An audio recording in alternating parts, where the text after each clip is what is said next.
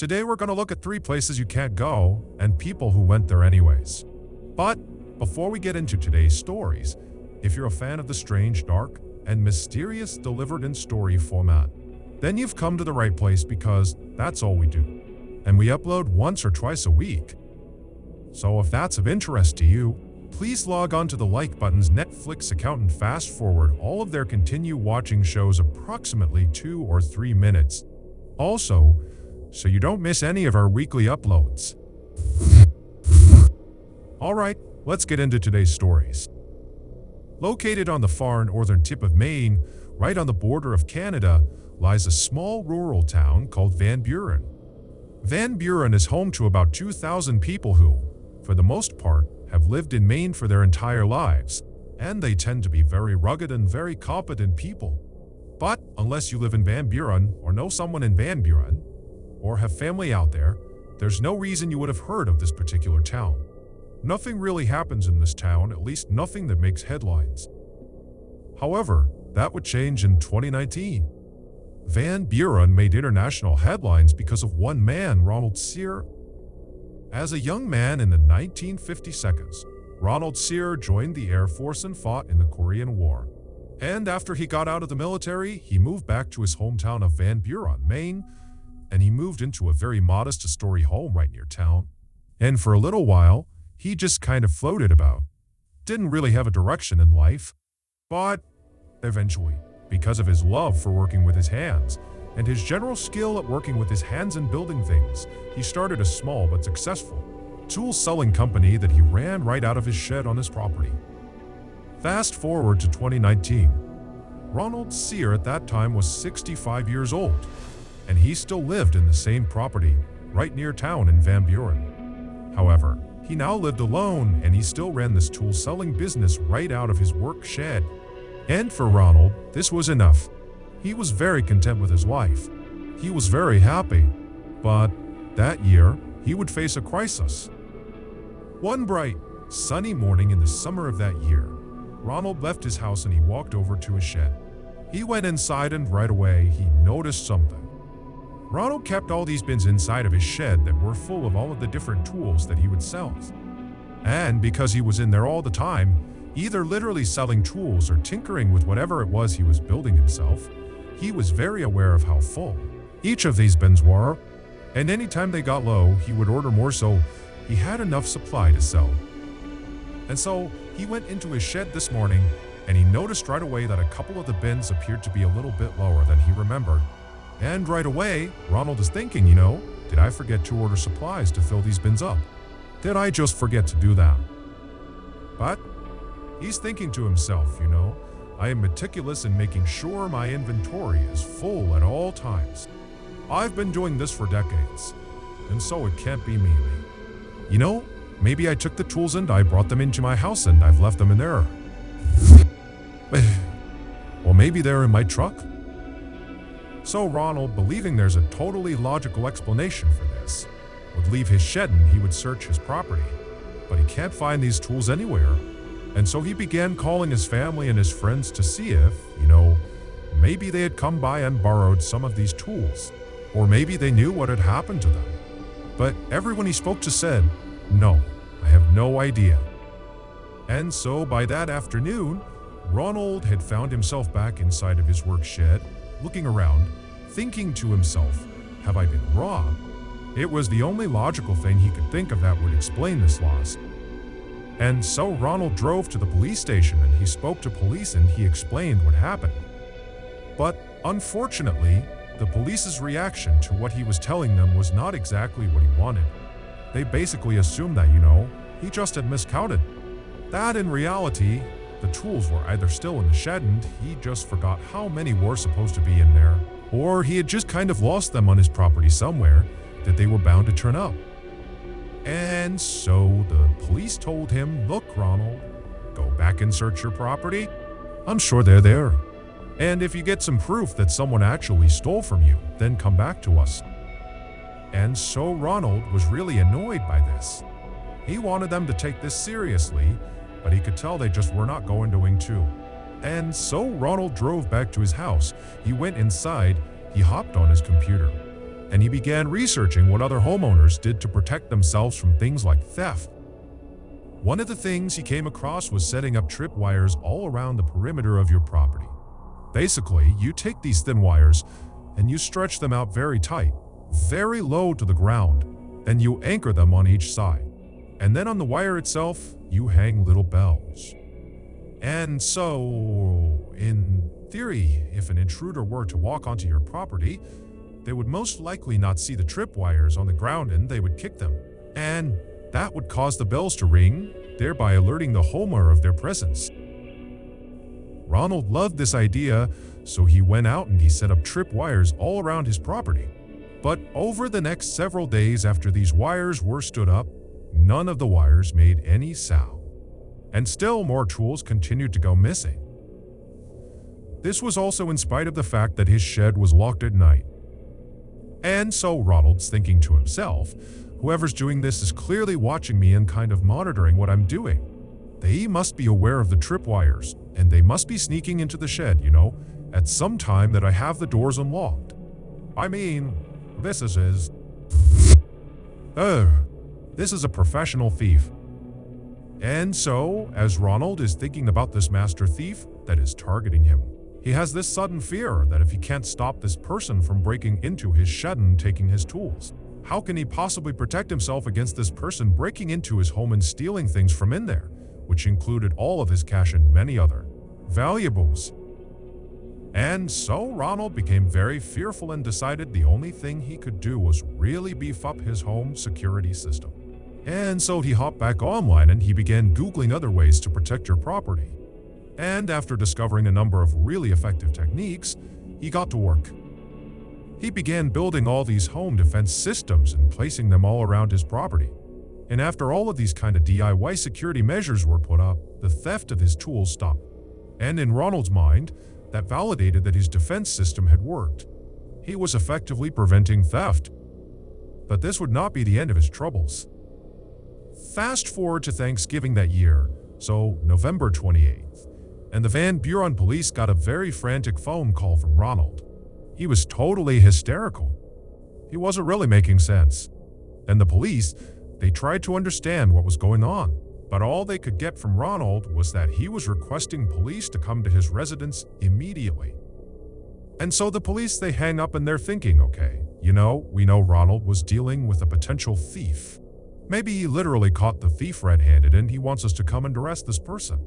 And who knows, maybe they're fighting at his residence right now.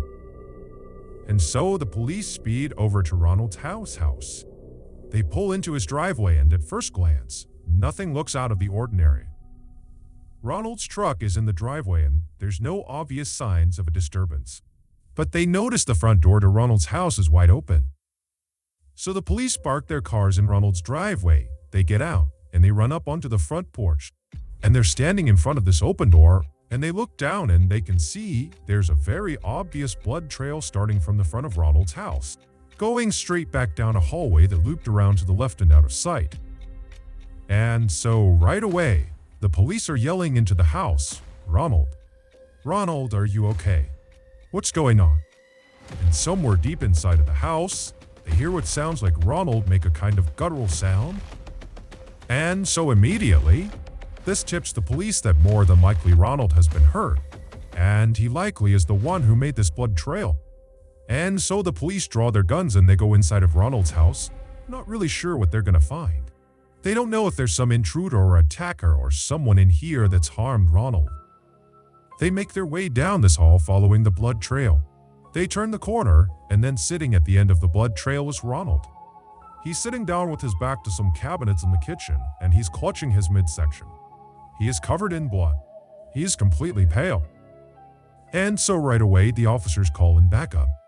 But then, as a security measure, they search the rest of the first floor to make sure there is no other person here. There was no one on the first floor. They went to the second floor. They peeked around up there. They didn't see anyone. So they rushed back down to Ronald, who's still just sitting there, and they begin administering first aid and they're trying to get him to explain what happened. How did you get hurt? But Ronald is clearly in shock. He's kind of in a daze. He's not making sense.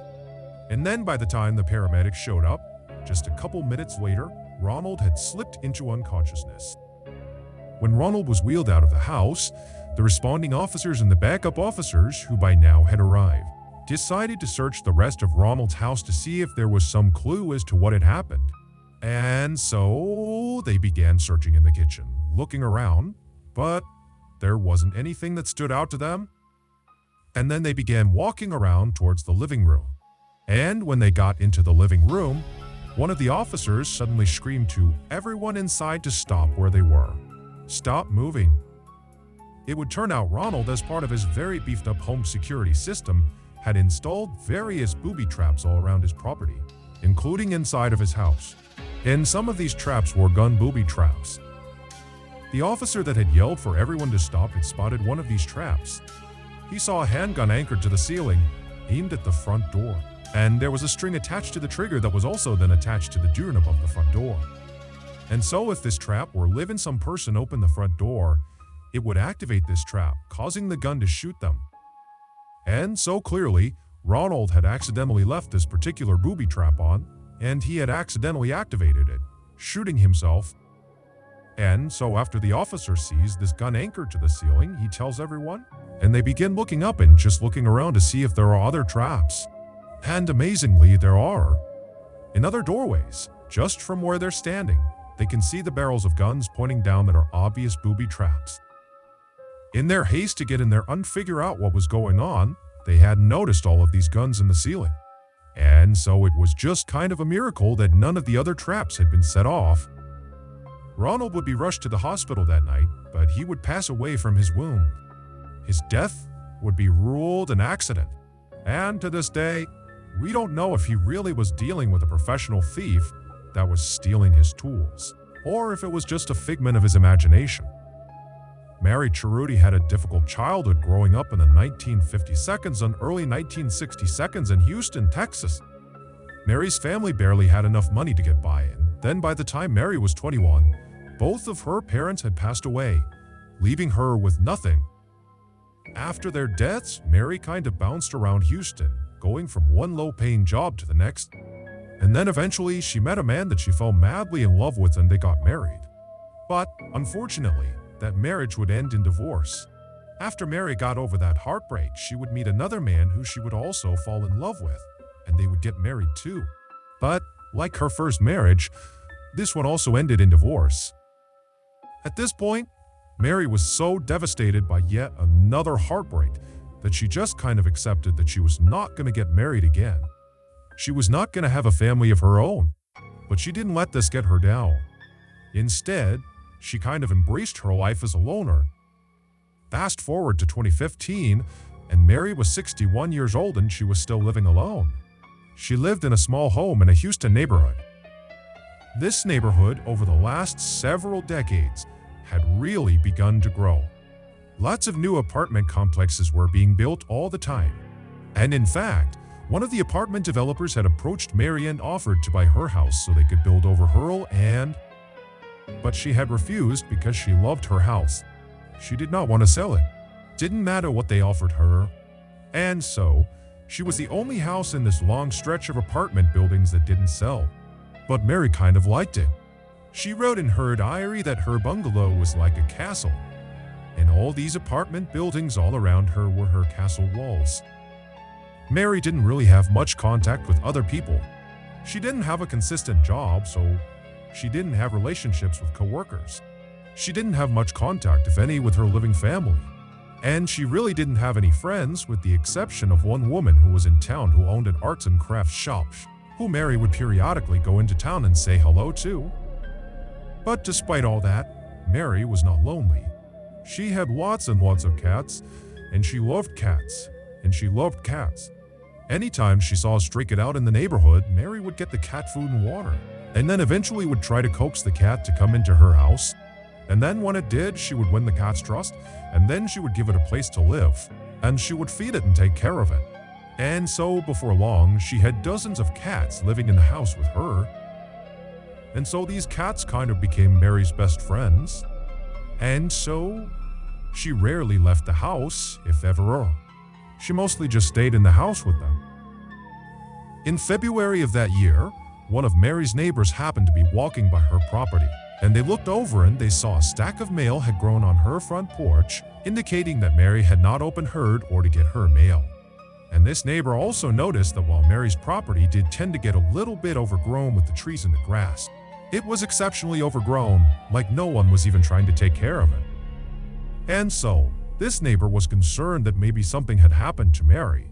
And so they opened up her fence, they walked across the yard, they went up onto the porch and they knocked on the front door. But it was silent. So, this neighbor kind of leaned over and looked in the window that was just to the left of the door to see if maybe they could look inside. But there was a curtain drawn across that window so they couldn't see anything. And so the neighbor tried knocking on the door one more time, but again, met with silence. And so, after standing there for a minute, the neighbor left the front porch and walked around to the side of the house to see if maybe they could look in one of those windows.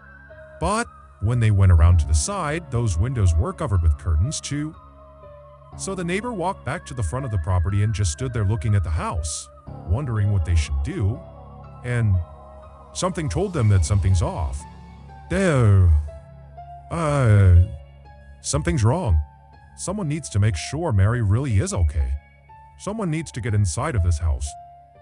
And so, the neighbor called the Houston police and explained the situation. A few minutes later, the Houston police arrived, and they too went right up on the Mary's porch. They knocked on her door, it was met with silence. And so after that, the police talked to one of the other neighbors and got a key that Mary had apparently given them previously. And the police went back to Mary's front door.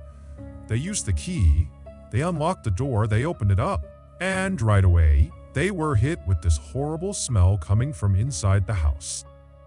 The police pushed the door the rest of the way open, and they stepped inside and they yelled out for Mary, but it was silent.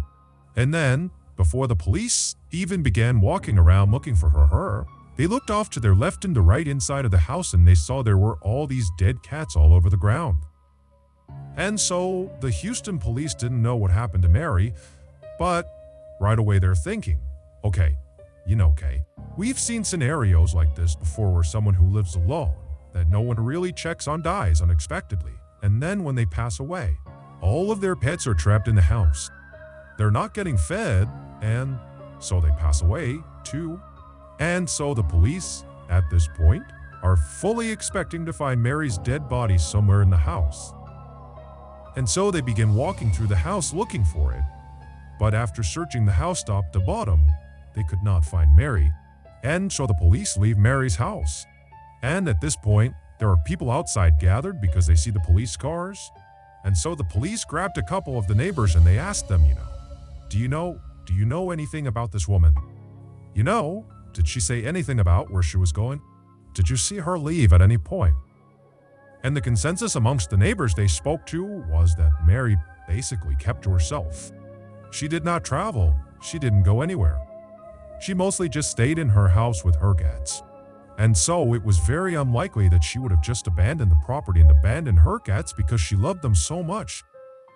So the police, at this point, are thinking, okay, she's got to be in this house somewhere. And so the police called a few more officers to the property, and the group went back inside of Mary's house and they really looked for Mary, thinking that, maybe she slipped into a closet and that's where she passed away, or maybe she's just hidden somewhere in the house. And so they really kind of ripped the house apart looking for her, but again, there was just nothing. And so, after they finally stopped the search without finding Mary, police contacted Mary's extended family and they asked them the same questions. Did Mary say anything about a trip she was going to take? Is there any reason she would just abandon her property? And they all would say, look, we don't talk to Mary. We don't know where she went. We have no idea. And so, for a little while, the Houston police continued to search for Mary in and around Houston. But eventually, after finding nothing, the search kind of stopped. And they reached out to Mary's family and said, if you hear anything else about what happened to Mary, please let us know. Several months later, Mary's house went into foreclosure because no one was making the payments anymore, and the bank put her house up for auction. And a real estate entrepreneur in Houston bought the house up quickly, and after cleaning it out, he put it on the market to be rented out. And for the next couple of years, several tenants lived in Mary's old house, none of them staying for very long. Then, in March of 2017, when the property was vacant, this young couple reached out to the landlord and said they were looking to rent and they were hoping to potentially stay in this property for 2 or 3 years. The landlord was thrilled, and he sent over a lease for them to sign. And then, once the couple had signed the lease and the property was theirs, the husband decided to just go over on his own and walk around the property and see what they would need to buy in terms of furnishings. And so the husband arrives at the property, he goes in the front door, he walks around the first floor, and then at some point, he decides he wants to go up into the attic to see how much storage space they have. So he gets underneath the trapdoor in the ceiling, he grabs the string, and he pulls it down, revealing this folded-up ladder. He flips down the lower ladder piece and puts it on the ground, and then he began climbing up. Once he got up into the attic, he stayed standing on the ladder and just kind of scanned around, and he saw there really wasn't much up there. There was a couple of metal cages that appeared to have been for pets or something, but it was very dirty and dark, and it appeared like no one had really come up here in a long time. And he kind of assumed that, the other tenants weren't using this as a storage space. And so, the husband was about to go back down the ladder when he noticed, off to the right side of the attic, kind of far away from the ladder, right where the roof begins to pitch down, he saw one of the floorboards was kind of popped up, like it shouldn't be. And he stared at it, and he's looking around at the rest of the attic, and all of the floorboards were perfectly uniform, but that one was really jacked up. And so he was curious, and so he climbed up into the attic and he kind of stooped down and he walked over to this loose floorboard. And when he was standing over it, he could tell that this floorboard had kind of popped off of this hole in the ground, that the floorboard had been covering this hole. But the hole was dark. And so he pulled out his phone and he turned on his flashlight, and he looked straight down and he aimed the light into this hole. Now, this hole was basically just a gap between 2 of the walls on the first floor. And so he's shining his light down into this gap, and he sees at the bottom the remains of the woman the Houston police have been looking for the past 2 years, Mary Cerruti. While no one knows for sure exactly what happened to her, it's believed back in early 2015 when she went missing, she had gone up into the attic where, perhaps, her cats liked to sunbathe off to the side of the attic because there was a big window that looked into the attic. And so she went up there to maybe feed the cats or check on the cats that were up there. And when she walked over to that side of the attic where the window looked in, she stepped on that loose floorboard and it gave out from her weight. And she kind of fell through it like a trapdoor and fell down into the gap between the walls. It's unlikely she was hurt from this fall, but when she stood back up again in this kind of narrow space, she would have realized very quickly that there was nowhere for her to go. You can't go left, you can't go right, and you can't get back up into the attic. It was too far up for her to reach, and there was no way for her to kind of use the walls to climb back up because the space she was in was so narrow. I mean, she could barely move. She also didn't have a cell phone on her, so she couldn't call anyone. If she screamed out, no one would have heard her because she was behind several walls of insulation. And because no one ever checked on her, there was no one that was just going to find her trapped in the wall. She was totally on her own. And so, trapped in this little space, Mary spent probably a couple of days screaming and trying to get her way out, but nothing worked. And then, eventually, she passed away. And then, unfortunately, all of her cats did, too. Her death was ruled an accident. In the spring of 2017, Antonio Navri was on top of the world. Just a year earlier, the 21-year-old Florida resident had met the love of his life, a young woman named Daisy Martinez, and now Daisy was pregnant. And so, she and Antonio were very excited about starting a family together. For the time being, Antonio and Daisy were living with Anthony's hometown of Wimauma, which is a quiet rural suburb just south of Tampa. But Antonio had a bright future ahead of him. Ever since he had graduated high school, he knew what he wanted to do with his life. He wanted to be an auto mechanic, and he had the skills to do it. From the time he was a toddler, he had always been obsessed with cars, breaking apart his toy cars and putting them back together. And then as he got a little bit older, he began drawing these very intricate drawings of cars that he loved or designs for new cars. And then when he was a teenager, he began actually tinkering around with real cars until he finally acquired a car of his own. It was a white Chevy lowrider pickup truck that he tricked out with all these fancy lights and special rims, and this huge sound system that took up most of his back seat. It was thanks in part to this truck, which he nicknamed Casper, that Antonio, who was too shy to be much of a ladies' man, met up with Daisy in the first place. Antonio had driven Casper to a local car meetup for other car enthusiasts where you could basically park your vehicle and walk around and see what other people did to upgrade or enhance their vehicles. And so while Antonio was there, he was walking around when he saw on the far side of this meetup, there was this unbelievably beautiful young woman. And he found himself just staring at her.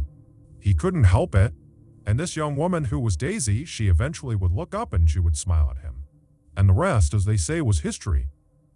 6 months later, not long after Daisy had moved in with Antonio at his parents' house, and the couple had announced to their delighted families that they were going to have a baby, Antonio got yet another good piece of news. He landed a good job with a company that did maintenance work for Tampa Electric Company's Big Bend power plant, which was located in Apollo Beach, Florida, which was about 10 miles to the east of Antonio's parents' home. Now, this was not Antonio's dream job. He still very much wanted to eventually become an auto mechanic, but this job paid $12 an hour, nearly double what he was used to making. And so, with this job, he and Daisy would finally be able to raise enough money to get a place of their own, hopefully before the baby arrived that fall. Also, Antonio had been told by other people who worked at this company that this was actually a really easy job. That pretty much you just rolled around on golf carts all day picking up trash. It was perfect. A few weeks later, on June 24th, Antonio found himself driving in his truck to the Big Bend power plant for his first day on the job. As he drove, he would have glanced over at the picture of Daisy he had taped to his dashboard.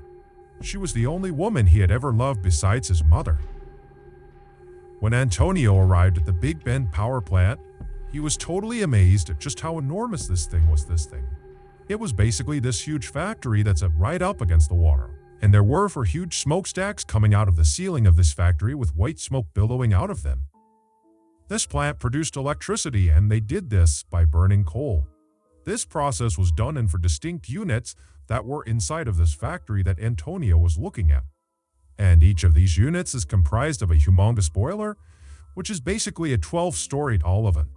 And so, coal is loaded into this huge boiler and it burns at the bottom of the boiler, creating steam. And that steam goes up the boiler and begins to turn these huge turbines, creating the electricity. And then the steam just continues up the boiler and then out its respective smokestack into the air. In newer units, the airborne ash, which is a natural byproduct of burning coal, is captured inside of the boiler. But at Big Bend, 3 of their 4 units were built in the 1970s, so they were older models, and they did not capture the airborne ash inside the boilers. Instead, the ash would get heated up so much that it would melt and turn into a substance called slag, which basically is molten lava, like the stuff that comes out of volcanoes. That's what slag is. And so, as the slag kind of builds up inside of the boiler, it would go through this man-sized hole at the very bottom of the boiler. And right below that hole is this 30-foot tall water tank called a cooling tank. And this red-hot slag, it basically dumps down into that water, which cools it off, turning it into these kind of glassy rocks. And then they settle at the bottom of this 30-foot cooling tank. And at the bottom of the cooling tank is this grinding mechanism that pulls these hardened, cooled-off little boulders of slag into it. And it crushes them up and spits them out on the other side as little tiny bits of slag chips. And then these chips get sold for use in everything from sandpaper to roofing shingles. So after Antonio had spent several minutes just admiring this gargantuan building he would be working in, he gathered up his things, he hopped out of his truck, and he headed toward the front doors. That day and the next couple of days were very uneventful for Antonio. He basically just sat in a break room and watched videos about safety and training. And then when he wasn't doing that, he was out trying to navigate around the inside of this huge factory, which was basically this huge maze. And he found very quickly that it was a very hazardous place to work, as there were huge trucks moving around inside of it. It was super loud, and there was just heavy machinery operating constantly all around you. But after several days of just kind of walking around and asking people what things were, Antonio felt like he had a pretty good handle on the layout and also on what his job would entail. On Thursday, June 29th, so just 4 days into doing this new job, Antonio woke up in his parents' house in a really good mood because the next day, that Friday, Daisy was going in for an ultrasound and they were going to find out whether their baby was a boy or a girl. And he was very excited about this. And so Antonio came downstairs, he grabbed a quick bite to eat, and then he kissed Daisy on the cheek and headed outside into his truck and began the commute to work. A few hours later, Antonio's mother was in the grocery store when she pulled her phone out of her purse and she noticed Antonio had called her. And she missed it, but he'd left a voicemail.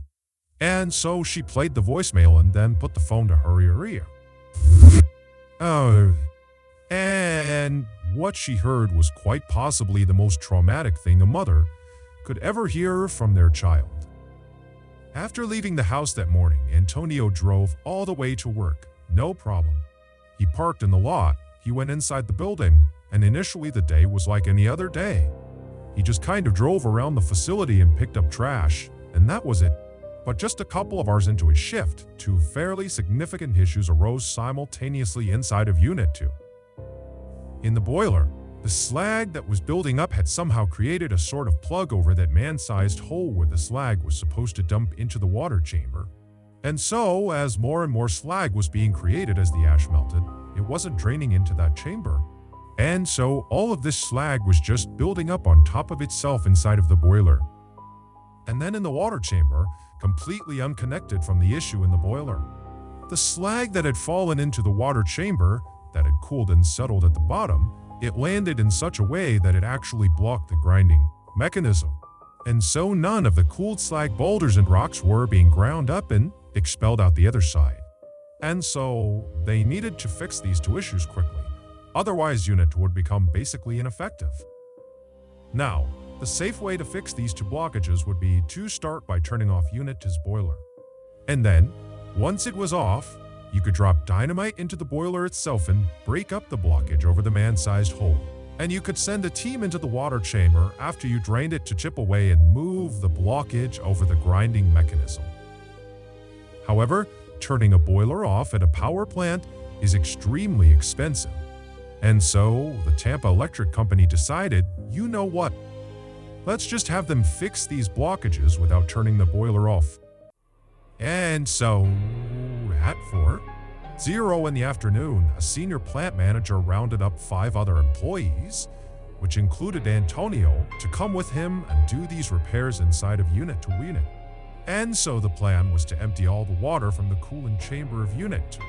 And then, once it was empty, they would open something called the doghouse door, which is on the outside of the cooling chamber towards the bottom.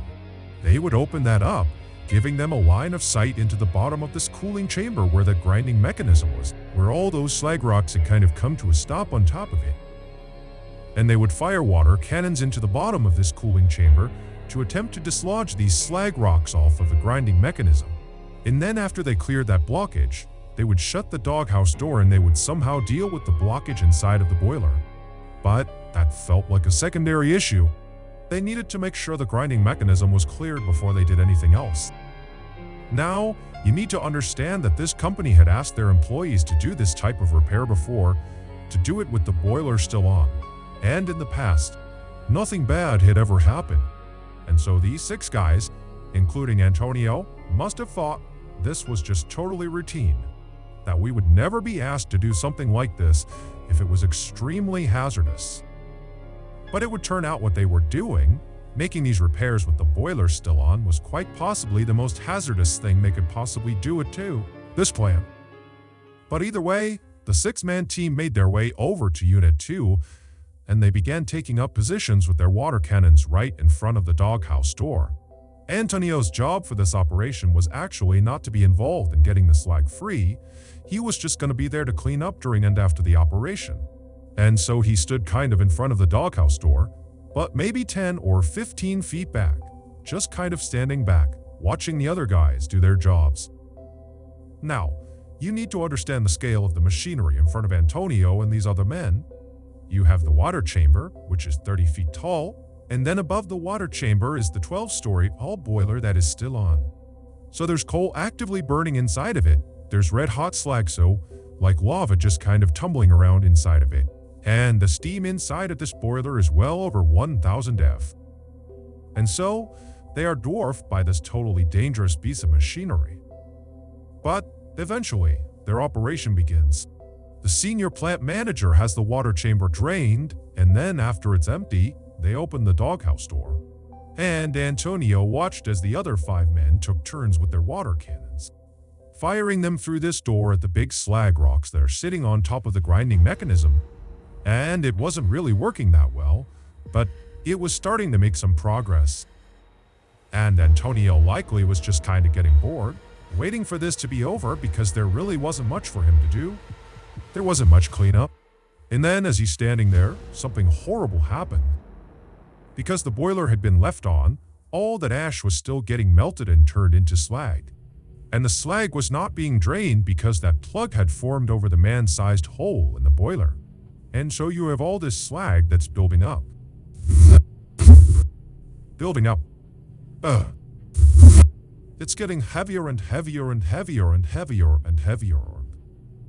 And about 20 minutes into their cleanup operation, the weight of all that slag broke through that plug, immediately creating an opening for all this red-hot slag. This lava came tumbling down.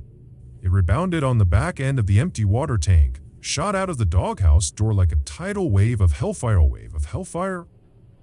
And in seconds, thousands of gallons of this lava-like substance was all over all 6 men. It was like a wave going over them. And then, after the slag hits the ground, they were all standing in 6 inches of basically lava that stretched in 40 feet in any direction. Now, unlike trying to run in, let's say, mud or deep water where you're just kind of moving slowly, every step you take in this slag, basically your foot melts into the slag. So with every step, your shoe melts, then your skin melts, then your bones melt into this substance. And so all these men, after immediately being hit with this stuff and catching on fire literally, they likely tried to start running. But it was like their bodies were slowly consumed by this slag feet first. And so Antonio tried to run like the rest of them, but he couldn't go anywhere and he fell onto the slag. So he's laying on his side, and as he's melting and burning to death, he reaches into his pants pocket with his free hand and he pulls his phone out, and he calls his mother. She doesn't pick up, and so he leaves her a voicemail. And all he says is, "Mom. Mom, I'm burning. Please call the cops. Please. Mom." And in the background of this voicemail, all you hear is the hissing sound of the steam and slag pouring out of the boiler. In total, 5 of the 6 men that were a part of this repair operation would be killed from this tidal wave of slag. Antonio would be one of them. Tampa Electric would end up paying out a settlement to each of the families of the deceased. So, that's gonna do it, guys. If you got something out of today's episode and you haven't done this already, please log on to the Like Button's Netflix account and fast forward all of their continue watching shows approximately 2 or 3 minutes. Also, please subscribe to our channel and turn on all notifications so you don't miss any of our weekly 1 or 2 video uploads. We now have a podcast that puts out brand new, never-before-heard stories every Monday morning. We also put out a remastered version of the audio from a popular YouTube video on Thursday mornings. So that podcast is just called the MrBallen's Podcast. You can find it on Spotify, Apple, Amazon, Google, anywhere you get your podcasts. You can find it there. If you want to get in touch with me, you can send me a direct message on any major social media platform. My username on all of them is just MrBallen, and I do check the majority of my DMS. We have 2 additional YouTube channels. One is called MrBallen Shorts, and we post short random videos and lost episodes. And the other channel is a Spanish language channel, and it's just called MrBallen's en Español. We also have a Facebook page just called MrBallen's that puts out near daily content. We also have a Snapchat channel just called MrBallen's that puts out content on Sundays. We also have some really cool merchandise, so if you want to have a look at that, go to Shop MrBallen's. Come! And if you have a story suggestion, please submit it to our subreddit, just called our MrBallen's. It's linked in the description below. So, whether I see you on Twitter, Instagram, TikTok, Reddit, YouTube, Facebook, podcasts, additional YouTube channels, wherever, just know that I really appreciate your support. And until next time. That's gonna do it. See you. We rarely cover stories that are still developing because we like to wait to get all the information before we present the story. But when we heard about today's story, we knew right away we had to make an exception and post the story right now. The plot of this story you're gonna hear today is so absurd, it just sounds like fiction. Bad fiction, like badly written, unreliable fiction. But it's not fiction. It's true. It really happened.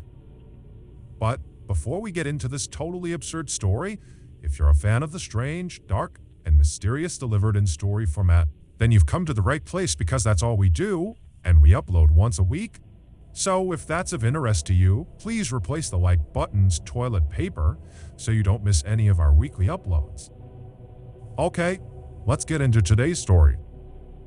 At around 9 p.m. on March 3rd, 2022, a 31-year-old woman named Corey Rickens tucked her 3 young sons into their beds and then headed downstairs to her kitchen, inside of her luxurious home in suburban Utah. Once she got down to the kitchen, she yelled out for her husband, whose name was Eric, to come join her in the kitchen. Corey had some big news that she had just learned that day, and now that their kids were all tucked away in their beds and were off to sleep, she and her husband could celebrate this big news and share a drink together. A moment later, Eric walked into the kitchen, and Corey grinned at him, unhanded him his drink, and then gestured for them to go upstairs to their bedroom. And so, the two of them went upstairs. They sat down on the bed, and then Corey broke the big news. Corey's tiny real estate company had just found out that day that they were very likely going to close on a deal for this gorgeous 20,000 square foot mansion in Utah for $2 million. Now, Corey knew once she bought this property, she could do a couple of renovations to it and then quickly sell it for $3 million, meaning she was about to make a $1 million profit. Corey had been working really hard on her real estate business for years, but this really represented the first big break.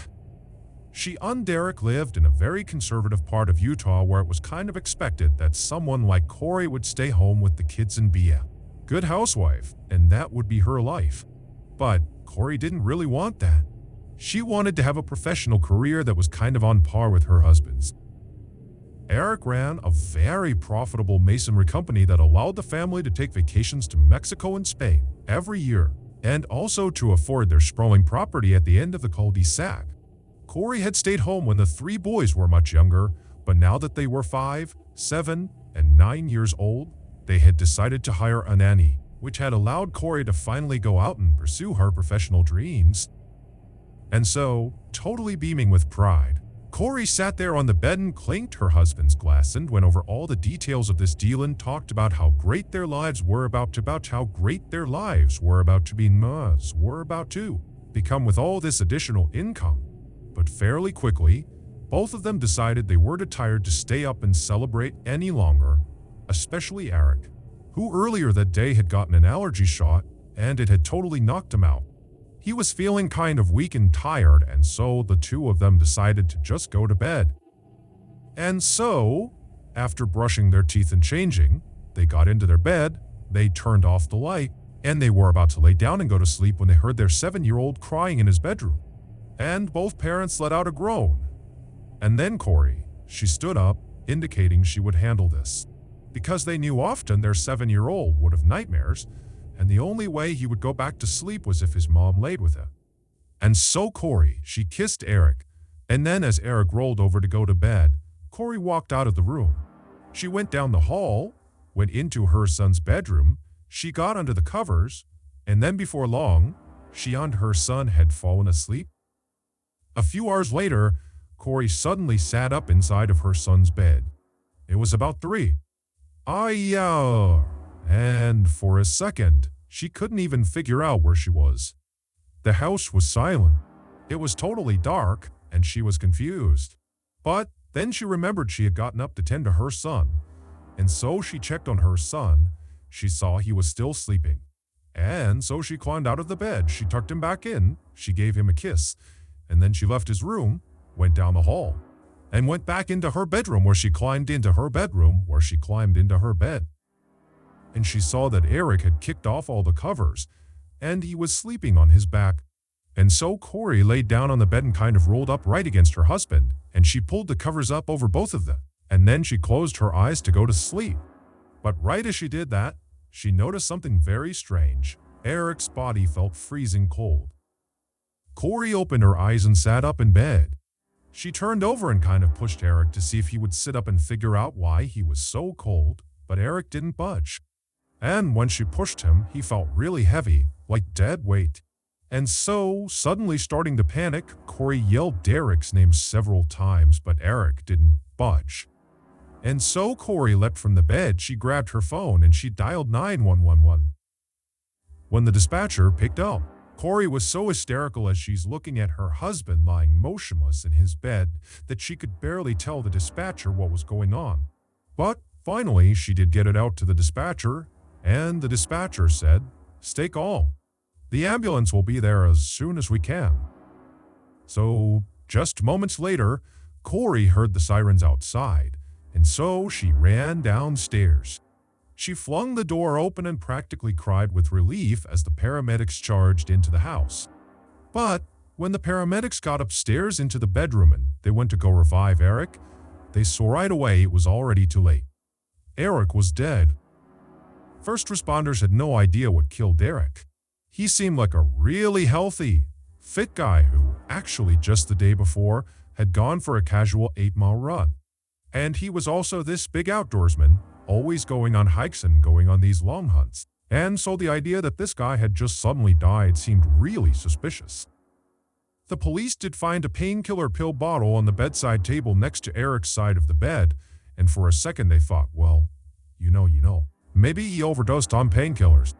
But when they looked at the label on this pill bottle, it was immediately clear that this was a really old pill bottle and almost certainly had been empty for some time. When they asked Corey what she thought might have happened, she was totally in shock, but she did say, I don't know. I have no idea what happened to him. But the day before, he did get that allergy shot, and he had a kind of adverse reaction to it, and really wanted to go to bed quite early, which seemed odd. But both Corey and the first responders agreed that it seemed pretty far-fetched that an allergy shot would lead to Eric's death. Suicide was also considered a possibility by first responders, but Eric really didn't have any reason to want to harm himself. He was a very devoted and loving father who adored his sons. He coached all their sports teams and went on all these adventures with them and was always out back kicking a soccer ball around with them.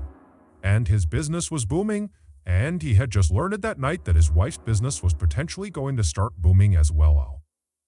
And so ultimately, the police told Corey that we're just going to have to open an investigation and try to figure out what happened, and we'll be in touch.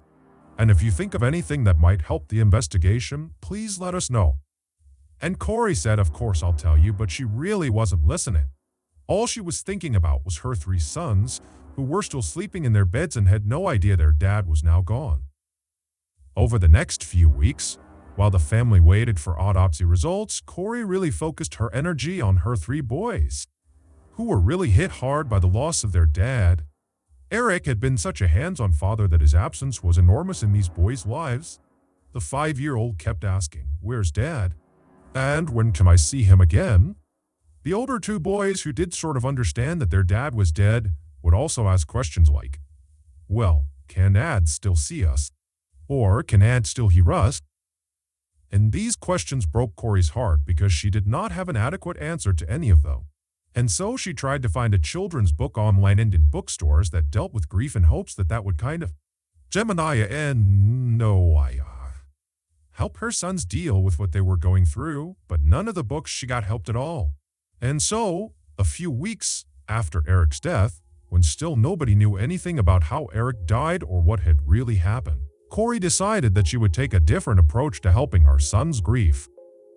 Instead of trying to read a book that somebody else wrote about how to handle grief, Corey just called her sons around one night and began telling them a story about their dad.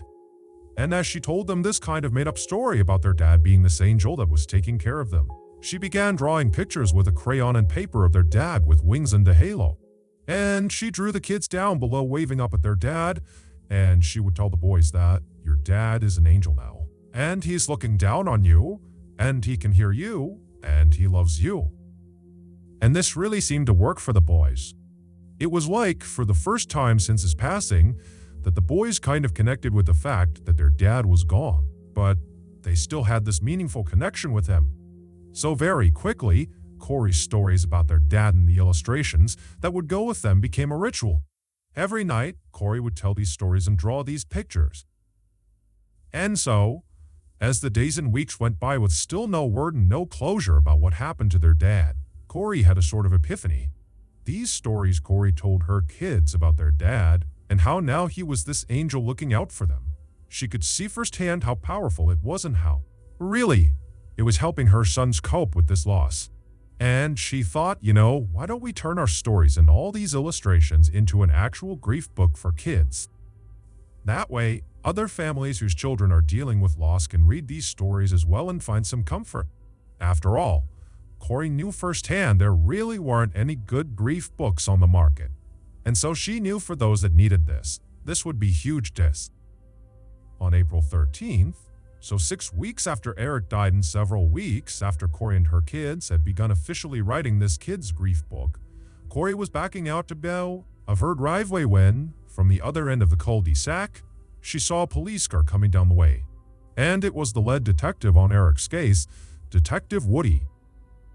It amazes me how many people tell me they have binge-watched all 300 of our YouTube episodes, and now they wait anxiously every single week for new strange, dark, and mysterious content.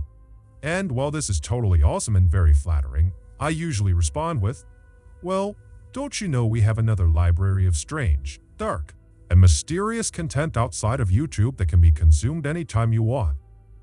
As of this moment, there are over 140 strange, dark, and mysterious tales on our podcast, the MrBallen's podcast. We release the episodes every single week. On Mondays, it's brand new content exclusive to the podcast, and then on Thursdays, we upload remastered versions of our best YouTube stories. You can listen to the MrBallen's podcast available exclusively on Amazon Music with your Prime membership. If you're not a Prime member, you can still listen to the MrBallen's podcast by subscribing to Amazon Music Unlimited in the Amazon Music app.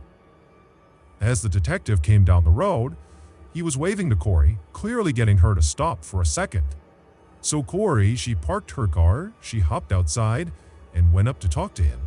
And immediately, Detective Woody got out of his car.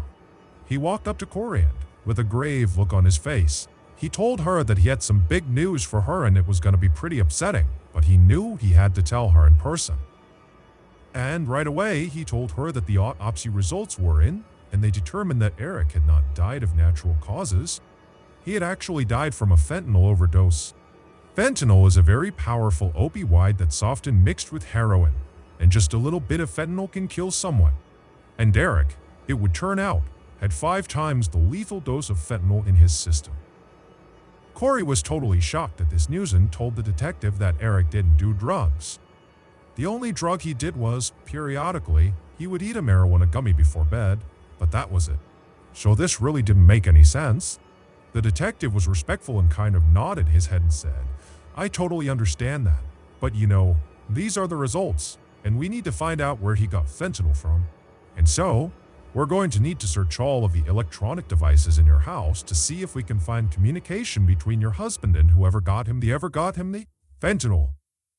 Corey told the detective that, of course, they could do that.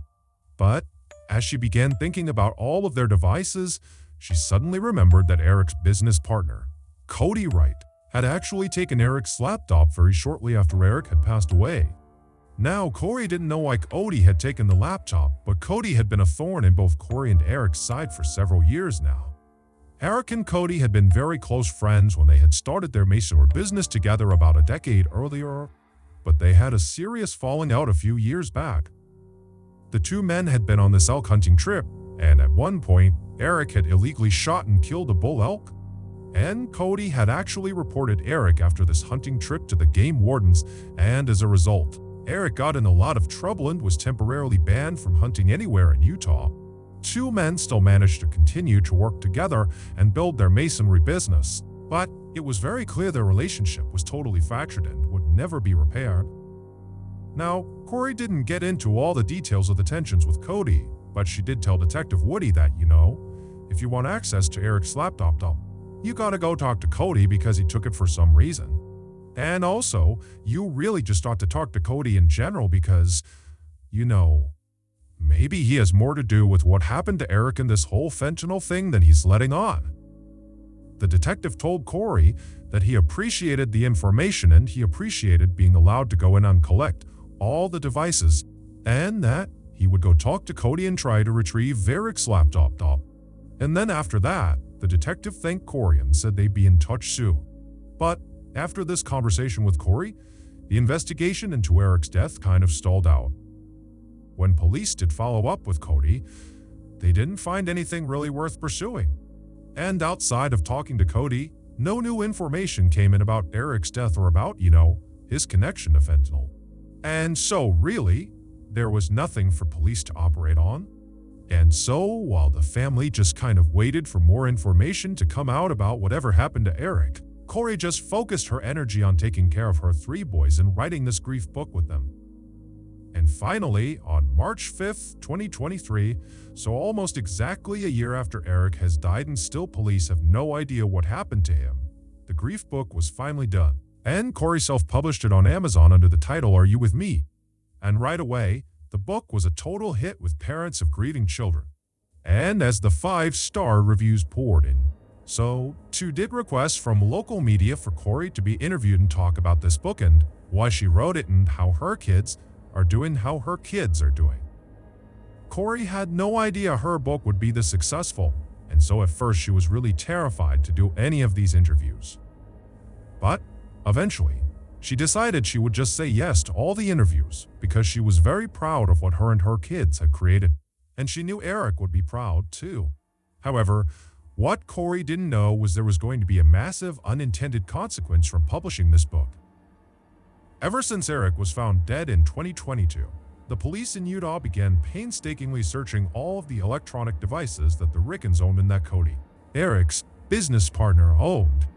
And basically, they were just looking anywhere for some sign of communication between Eric and whoever had given him the lethal fentanyl dose. And at some point during the search of all these devices, the police found something very unusual, and they knew it very likely had to do with Eric's death, but they didn't really have any evidence to prove that. And so, they just had to kind of sit on it and wait to see what happened next. And what happened next was, shortly after Corey published her grief book, it got all this media attention, and in turn, because of this attention, Eric's death, specifically the unsolved nature of his death, also got a lot of media attention. And eventually, several people who kept seeing all this news about Eric's unsolved death reached out to police and said, "You know what? He did not overdose on fentanyl. He was murdered, and I'm almost positive I know who did it." And lo and behold, the alleged killer that all these people brought up to the police was the same person that the police in Utah had become suspicious of because of all those unusual things they had found during their search of all of the electronic devices. And so, on May 8th, 2023, not long after getting all these tips about this alleged killer, the police in Utah felt like they finally had enough ammo to go after this person, and they headed out to make an arrest. Well, we don't know for sure what happened because, again, this story, it's ongoing. This case has not even gone to trial yet. Here is what prosecutors say really happened to Eric Rickens on March 3rd, 2022. The night he died. That night, Eric was upstairs when he heard Corey down in the kitchen calling for him, saying to come down and join her. And so he went downstairs. He went into the kitchen, and immediately he saw his wife grinning ear to ear, and she promptly handed him a drink and said, "I have big news, and we're gonna celebrate." And after the two of them went up to their bedroom, Corey told Eric all about this big real estate deal and how their company was about to profit $1 million. And then after that, they clinked their glasses together, said cheers, and took a sip from their cups. The drink that Corey made for both of them was called a Moscow Mule. It's made with ginger beer, vodka, and lime, but when Corey mixed Eric's Moscow Mule, she added one additional ingredient, a lethal dose of fentanyl. It would turn out Corey had been stealing money from Eric's bank accounts, and he had found out. Eric also had discovered that Corey had been taking out these massive loans in their family's name, which Eric was really upset about to be murder. In fact, Eric was so upset with Corey that he wanted a divorce and was talking to a divorce lawyer and making sure, after the divorce was finalized, that Corey could not touch his money. But perhaps sensing that a divorce was imminent and the money faucet would be turned off, Corey simply took out a $2 million policy on Eric and then killed him. And then, shortly after that, in order to help her sons deal with the loss of their father, who she killed, she wrote a grief book about it and sold it for a profit. Police say Corey had been working for weeks to figure out the right fentanyl dose to give to her husband. On Valentine's Day that year, Corey had given Eric a poisoned sandwich that had fentanyl in it that she attached all of note to, but it obviously did not kill Eric. He just broke out in hives. So Corey got a stronger dose of fentanyl. She put it in his drink on March 3rd, and this time, it worked. The story that Corey told first responders when they arrived to hopefully try to save Eric was that, they had had the celebratory drinking, then they went to bed. And then she had gotten up to see her son, and then, when she came back at 3, Archie-Roam. Eric was cold to the touch and she called 911. But, in reality, after she poisoned her husband and he's laying there still on the bed, slowly dying from this overdose, she just got up and paced around the house for several hours, Googling things like how to destroy electronic evidence in luxury prisons for the rich in America. These searches were, of course, the highly unusual and suspicious things that the police saw when they looked through all those devices during the initial part of the search. But as much as it made them think Corey likely had something to do with this, they didn't have enough to actually arrest her. However, after Corey published her grief book and went on this big tour promoting her grief book, Eric's family, who's watching this happen on TV and listening to the radios, they just couldn't take it. It disgusted them because they secretly believed that Corey had killed Derek over money. They didn't like Corey to begin with, and it just felt like she did this and now she's profiting on Eric's death. And so family members began reaching out to police in Utah and they said, "You really need to look into Corey. We think she killed Derek. This whole grief book thing is a joke. She's a killer." Ultimately, it was those calls from Eric's family to the police, combined with Corey's very unusual and suspicious search history and electronic activity on the night that Eric died, that allowed police to arrest her at home on May 8, 2023. Corey, who denies any wrongdoing and says she did not kill her husband, is currently charged with aggravated murder, which could lead to the death penalty if she's convicted. She's being held without bail while she awaits trial, and her book, Are You With Me?, is no longer being sold on Amazon. On June 8, 1989, in Pickerville, Kentucky, a young woman stood outside on the second-floor balcony of a motel room, smoking a cigarette and staring down anxiously at the parking lot below. A few minutes later, a little Ford Tempo car pulled into the lot, and the driver got out and started walking towards the first floor of the motel. When the woman saw who the driver was, she instantly flicked her cigarette and began charging down the outside stairs, 2 at a time, to go cut the driver off. Moments later, the young woman and the driver would be inside of that little Ford Tempo car together, speeding down a dark mountain road, screaming at each other about what the heck they were going to do. Now, what happened that night inside of that little car, after the driver had finally pulled over on that dark road, would be so rare and so terrible that the FBI would actually report that it, literally in its entire history, had never seen a case like this before.